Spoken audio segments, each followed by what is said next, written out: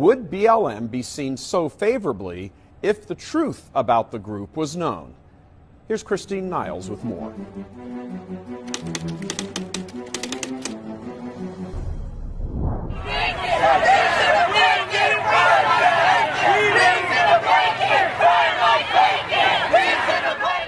Black Lives Matter is a terrorist, Marxist, pro-LGBT, pro-abortion organization. Yet ordinary Americans, including Catholic clergy, are lining up behind it. The movement was founded in 2013 by three black feminists, Alicia Garza, Patrisse Cullors, and Opal Tometi, in response to the shooting of Trayvon Martin. What began as a simple hashtag on Twitter has now exploded into a global movement. With 40 chapters in 4 countries, hundreds of thousands of supporters, and at least tens of millions of dollars in funding. While Black Lives Matter seems to be going mainstream, its agenda is far more radical than people know. Dr. Carol Swain, former professor of political science at Vanderbilt University, says the group has a much darker agenda. They have, put forth an image, one image, but actually the things that they're doing is quite different. And I find it, very troubling that they have been mainstreamed and, the chants, no justice, no peace. There will be no peace because it will never be enough. I went to their original website and it looked like it came from the Communist Manifesto. It had very little to do with Black people, and it was clearly Marxist, and it was about overthrowing the state, and it was as radical as Antifa. BLM's founders have made clear their agenda is much larger than racial equality. In fact, it's just as much about homosexuality and transgenderism as it is about race.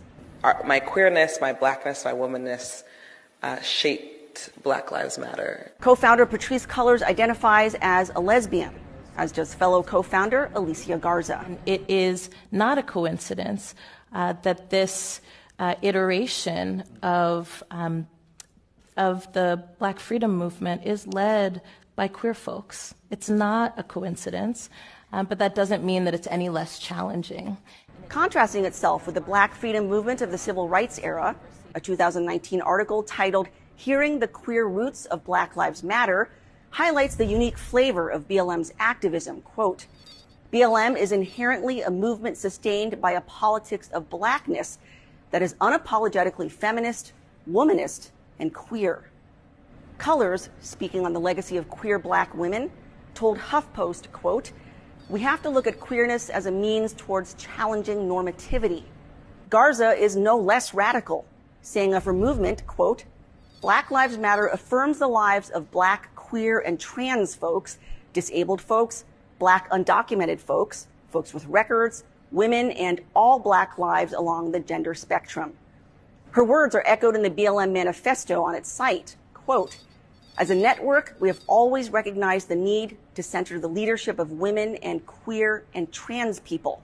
And elsewhere, we foster a queer affirming network. Black Lives Matter is partnered with gay pride parades, supporters proudly marching in the LGBT rallies, homosexuals and transgenders comparing Black Lives Matter protests against police to the Stonewall riots of 1969. And BLM even lauded as Toronto's most effective LGBT movement. The article noting that the group there, like many other Black Lives Matter chapters, is organized mostly by queer and trans people.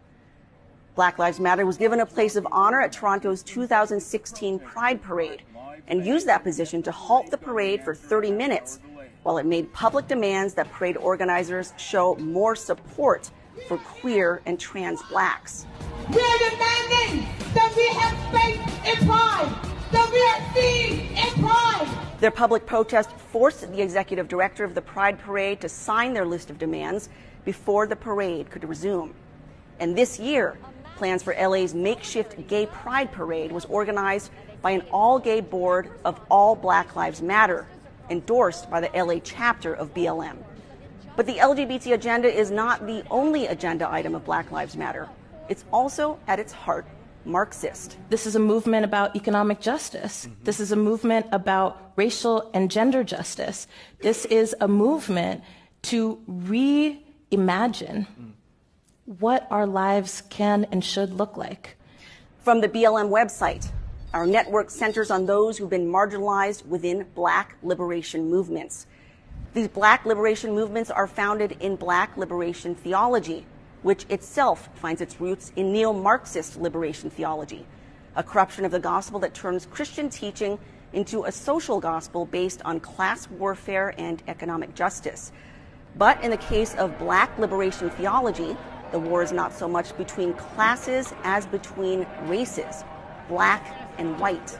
They've changed the meaning of what it is to be a white supremacist. At one time, it was a white person who thought they were superior to other racial and ethnic groups. Now it's any white person that is white, their whiteness, that is seen as part of their privilege, that is seen as something that makes them superior, and they're in the oppressor category, even if they were born and raised in Appalachia, parents never have attended college, they could be high school dropouts. Comparisons have also been made between BLM and the Black Panther Party. The whole black nation has to be put together as a black army.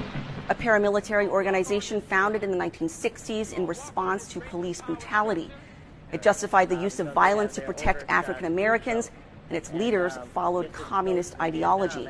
In fact, one of the most notorious members of the Black Panthers, Assata Shakur, socialism is an integral part of building social justice on this planet, serves as the ideological inspiration for Black Lives Matter.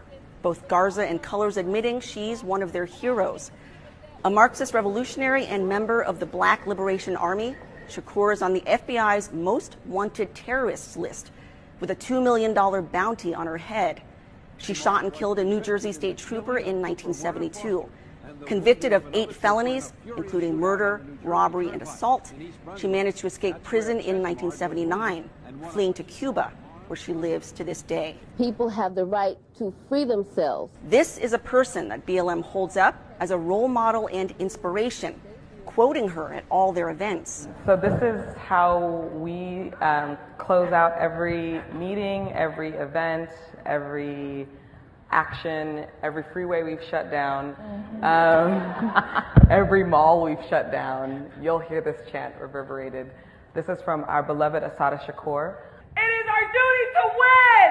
It is our duty to win! We must love and support one another! We must love and support one another! We have nothing to lose but our chains! We have nothing to lose but our chains! Ashe, Black Lives Matter.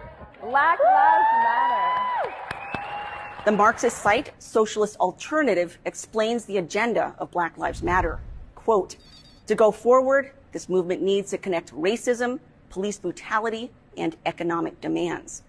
And, true to its Marxist roots, BLM favors the breakup of the family in favor of community rule. Quote, we disrupt the Western prescribed nuclear family structure requirement by supporting each other as extended families and villages that collectively care for one another. What's more, BLM is pro-abortion.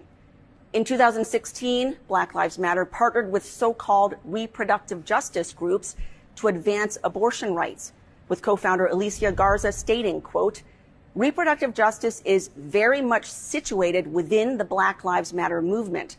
So we certainly understand that BLM and reproductive justice go hand in hand.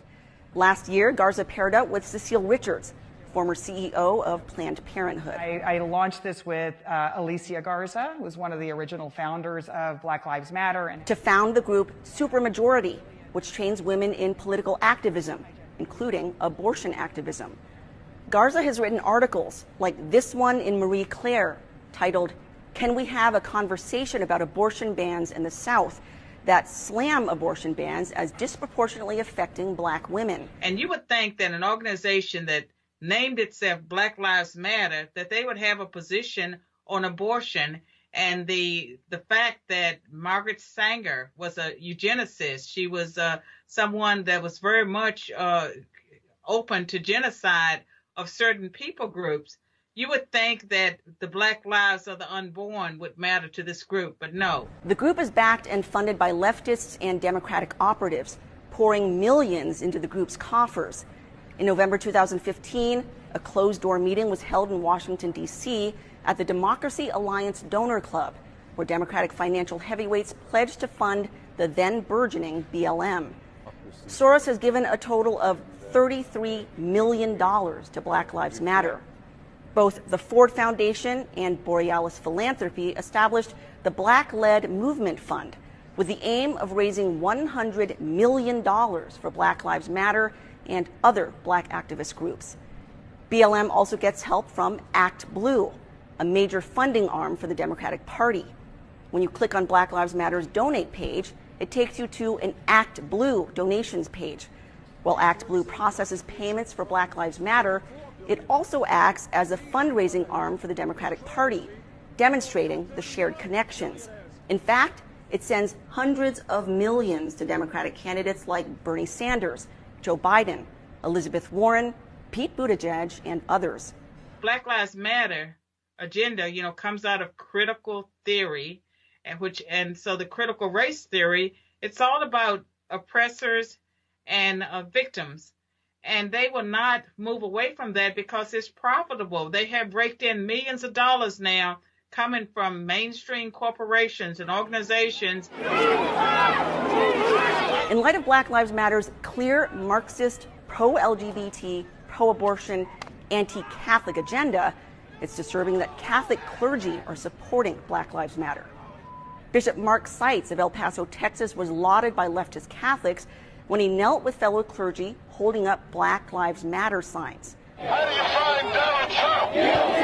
And dozens of Washington, D.C. priests and bishops joined a Black Lives Matter protest after Archbishop Wilton Gregory urged them to attend the Archdiocese's anti-racist rally, scheduling it for the same time and location as the BLM protest, in a deliberate attempt to mix clergy with protesters. Even Catholic bishops in the UK are backing the movement, issuing a statement supporting the BLM protests under the guise of Catholic teaching against racism. What has happened with the church is the church has adopted the critical race theory and the critical theory, and so the world is teaching the church instead of the church instructing the world on how to deal with these issues.